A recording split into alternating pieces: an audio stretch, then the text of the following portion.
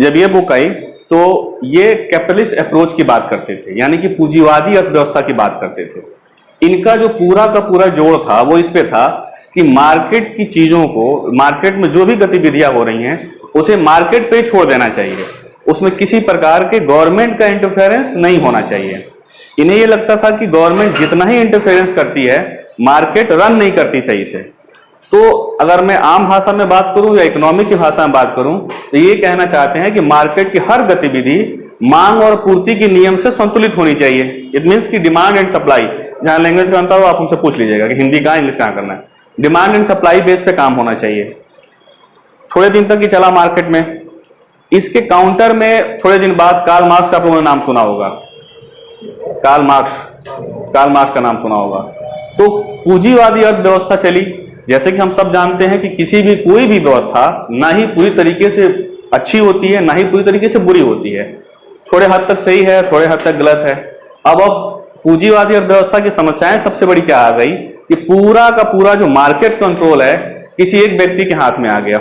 अब वो मार्केट को रन कर रहा है पूरी अपने हिसाब से। उसमें लेबर का जो शोषण का दर है वो बहुत हद तक ऐसा माना जाता है कि बढ़ जाता है। उनको उतनी जितनी जरूरत है उनके श्रम के हिसाब से उनको श्रमिक नहीं मिलती, मजदूरी नहीं मिलती। तो कार्ल मार्क्स आते हैं। फिलहाल हम अभी इसी टॉपिक पर रहते हैं। इसमें जब हम वेल्थ ऑफ नेशन की बात कर रहे हैं तो ये तो कैपिटलिस्ट अप्रोच है, पहली चीज। दूसरी चीज, ये बेस है डिमांड और सप्लाई पे, डिमांड एंड सप्लाई, ठीक है। डिमांड और सप्लाई पे इनके अकॉर्डिंग कि मार्केट की हर गतिविधि जो है डिमांड और सप्लाई पे होगी। इसमें तीसरी चीज जो आती है ये मोनोपोली की बात करता है। मोनोपोली, एकाधिकार, हिंदी में जो लोग हैं एकाधिकार की बात करते हैं, यानी कि सारे संसाधनों पे किसी एक समूह का या एक व्यक्ति का उस पर वर्चस्व हो जाता है। मोनोपोली की बात करता है। ये तो इसके टर्म्स है, मतलब कि हमें इनमें ये 3-4 टर्म्स देखने को मिलते हैं। मोनोपोली, आपके एग्जाम में क्वेश्चंस मोनोपोली से आएगा। और सबसे इंपॉर्टेंट है, ये बुक का नाम पूछता है, द वेल्थ ऑफ नेशन, 1776, याद रखिएगा। द एडम स्मिथ इसके राइटर थे। इसमें एक और चीज जो क्वेश्चन के पॉइंट ऑफ व्यू से बहुत इंपॉर्टेंट है,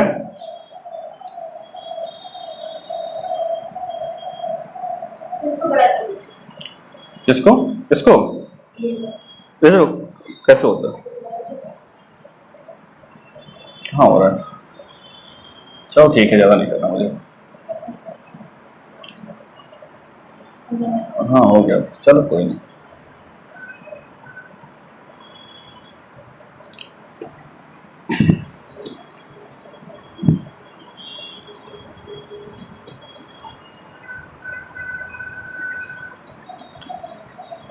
एक टर्म है इनविजिबल हैंड।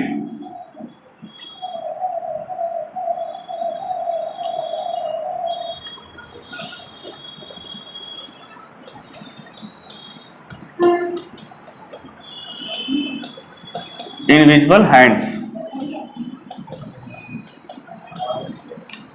हिंदी वालों के लिए है अदृश्य हाथ।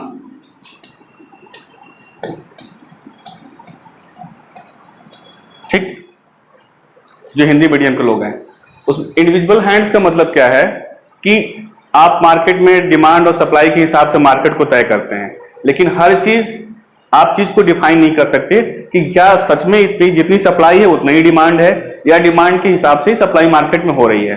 तो इन्होंने कुछ फैक्टर्स जो मार्केट में, अगर मैं आम भाषा में कहूं आप लोगों को समझाने के लिए, कि कुछ चीजें जो नियम से इतर होती हैं, यानी कि जो किसी भी चीज का जो इम्प्लीकेशन होता है वो रूल बाय रूल नहीं होता, तो उसको इन्होंने क्या किया कि ग्रे एरिया में डाल दिया इनविजिबल हैंड के नाम से, कि कुछ एक अदृश्य हाथ है जो मार्केट को सपोर्ट करेगी, ऑटोमेटिक महंगाई को कंट्रोल कर लेगी, या फिर आइए महंगाई को कंट्रोल कर लेगी, या मंदी आएगी तो इसमें एग्रीगेटर का काम करेगा।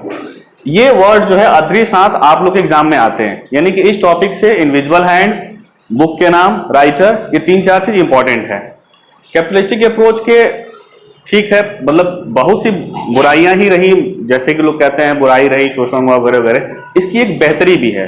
सबसे बड़ी बेहतरी क्या है कि इसमें रिसोर्सेज का मैक्सिमम यूटिलाइजेशन होता है, ये माना जाता है, ये माना जाता है। बिकॉज हम किसी भी अप्रोच को क्लियर इसलिए नहीं कह सकते कि जो दूसरे अप्रोच के लोग हैं वो उसका विरोध कर देते हैं। अगर मैं कहूं कि इसी सिस्टम में रिसोर्स का सबसे ज्यादा यूटिलाइजेशन होता है, तो जो स्टेट कैपिटलिस्ट को बोलेंगे नहीं ऐसा नहीं होता, वो तो कम्युनिज्म में होता है या फिर सोशलिज्म में होता है। तो एक हमें वर्ड लेके चलना है कि हाँ माना जाता है ऐसा कि हाँ इसमें सबसे बेहतर होता है।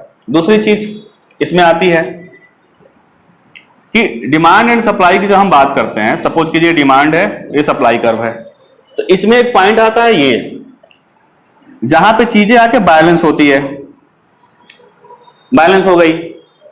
अब सबसे बड़ी समस्या ये है कि आप जब सप्लाई क्रिएट कर रहे हैं तो सप्लाई ही डिमांड को क्रिएट करता है। ये मार्केट की सबसे बड़ी चीज है किसी भी चीज की। जैसे अभी बहुत ज्यादा नहीं, आज से 10 साल पहले तक मार्केट की ऐसी बहुत सी चीजें थी जो हम लोग नहीं जानते थे। छोटी छोटी चीजें बात करूं, जैसे सपोज दैट चाउमीन और बर्गर आज गांवों में दूर दूर तक मिलता है। अब वो चीज क्या है कि हमने पहले सप्लाई करी, शहरों में आई, ये सब बाहरी प्रोडक्ट हैं, फिर हमने डिमांड बना दिया उसको, पब्लिक की अब डिमांड हो गई है। अब वो डिमांड करते नहीं हमें बर्गर चाहिए, चाउमीन चाहिए, दैट्स इट।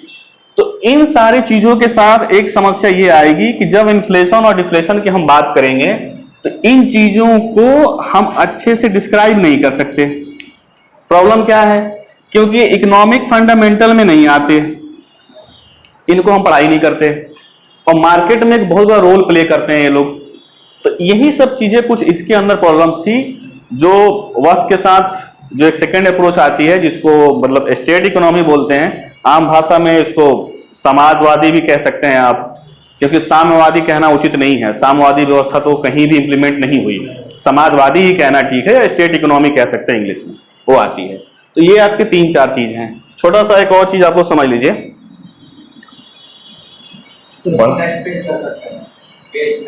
यहां से ठीक, अब समझ लेते हैं कि